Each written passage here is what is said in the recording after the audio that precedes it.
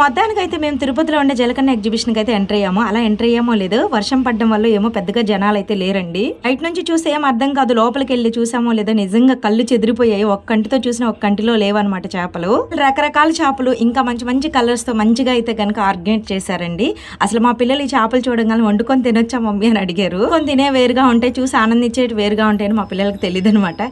ఇకపోతే ఇంతకు ముందు నెల్లూరులో పెట్టారు ఇవి ఈ విధంగా, కాకపోతే ఇక్కడ జలకన్యలు ఉంటాయంట, మరి ఏమో తెలియదు, ముందుకెళ్ళాలి. మరి పిల్లలకి చూడడానికి మంచి ప్లేస్ అనే చెప్పొచ్చు. ఈ సమ్మర్ లో చాలా మంది సమ్మర్ క్యాంపులు వేయాలి, ఇంకా పిల్లలకి ఏదన్నా మంచి డిఫరెంట్ గా ఉండాలని చెప్పని ఆలోచిస్తుంటారు కదా, మంచి ఆప్షన్ అనే చెప్పొచ్చు. అంటే మమ్మల్ని ఇప్పుడు తిరుపతికి రమ్మంటావా గీతక్కని మీరు అడగొచ్చు. తిరుపతిలో ఉండే వాళ్ళకి చెప్తున్నాను, మనకే తెలుసు అని చెప్పని ఎప్పుడు అనుకోకూడదు. కొన్ని చేపల గురించి మాకు తెలుసు, ఇంకొన్ని అయితే మనకు తెలియదు అనమాట. మా ఆయన అయితే కొన్ని గురించి పిల్లలకైతే ఎక్స్ప్లెయిన్ చేసి చెప్పాడు.